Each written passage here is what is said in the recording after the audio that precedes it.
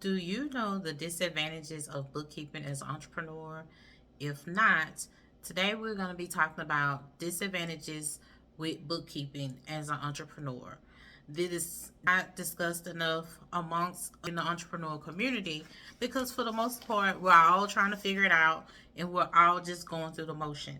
But I wanted to make a video so that you can be informed and aware so you can know how to move forward in the remaining part of this year and going forward during your entrepreneur journey. Hi, my name is Yolanda, virtual bookkeeper at Osborne Virtual Bookkeeping Solutions. And this channel here, we talk about all things bookkeeping, entrepreneur lifestyle, and you get to know a little bit about my business as well as myself.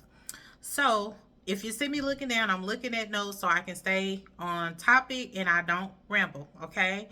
So, the first thing we're going to talk about is delayed in filing your taxes. So, have you filed your taxes?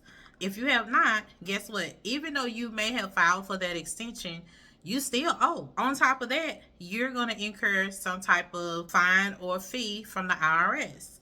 And you can find that information out on the IRS website. So make sure you check that out. And you might want to just go ahead and save the IRS website. That way you can be well informed of what you need to know, especially when it comes down to tax time, okay? But if your bookkeeping is not current, then you're not able to file your taxes because your tax information comes from your bookkeeping. In order for you to be able to say, hey, I have a business and I'm using these expenses or I'm receiving this income because of my business, then that information comes from your bookkeeping.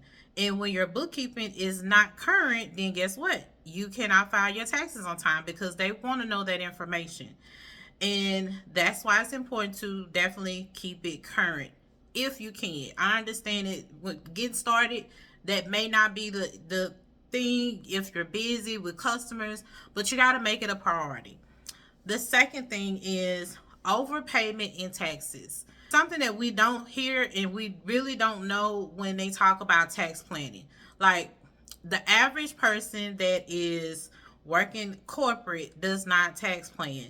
So when you decided to become an entrepreneur, you're learning things as you go and you're learning the do's and the don'ts. And this is definitely something that we don't hear enough about. And I'm hoping to get a professional in the tax field that deals with these type of issues that can better explain why tax planning is important, what it is, the purpose it serves, and so on.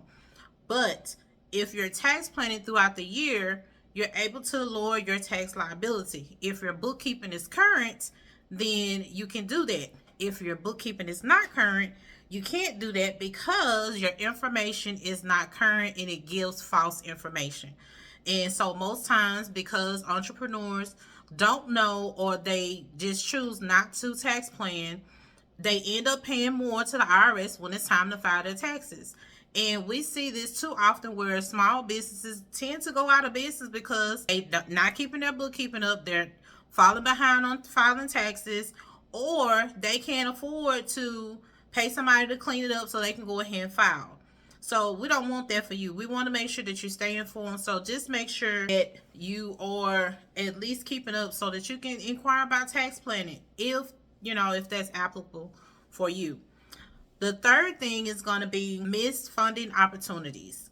So what I mean by that is, are you thinking about getting some investors to invest in your company so that you can grow your company or so that you can expand your services? Well, outside people like investors, bankers, they want to know, if your business is profitable. And they also want to see your business plan. But that information can't be accurate if your bookkeeping is not current. So this is why it's a disadvantage for bookkeeping if you do not have your bookkeeping current. You're going to miss out on opportunities where a person can actually say, hey, I want to invest in you. And when they're asking you certain questions, you can't answer those questions because your bookkeeping is not caught up. So we want to make sure we keep the bookkeeping current as much as possible, okay?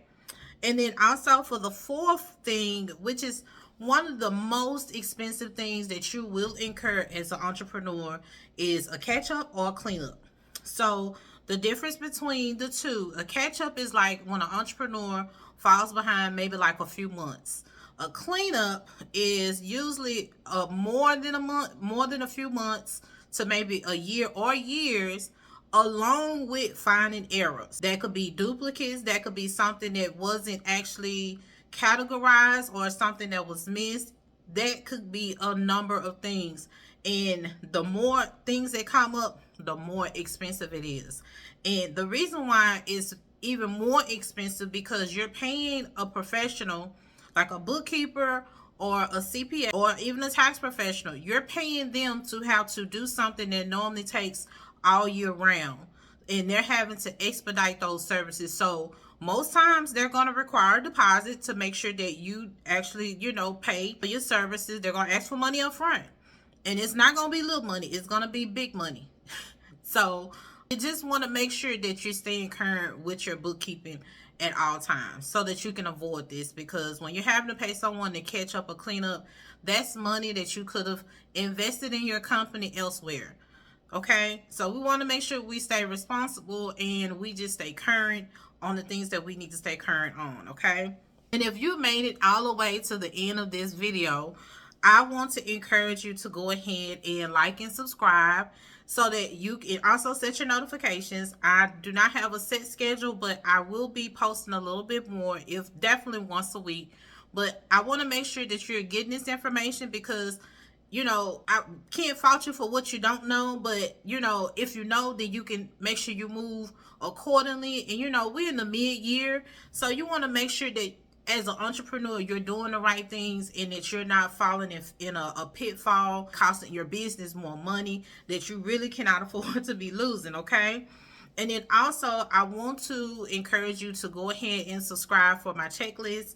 If you are doing your own bookkeeping and you want something to follow like a guide to keep you in line from a monthly basis to a quarterly basis or to an annual basis, so when it comes time to file your taxes, you have done everything from A to Z of what you should be doing as an entrepreneur. That information will be in the description.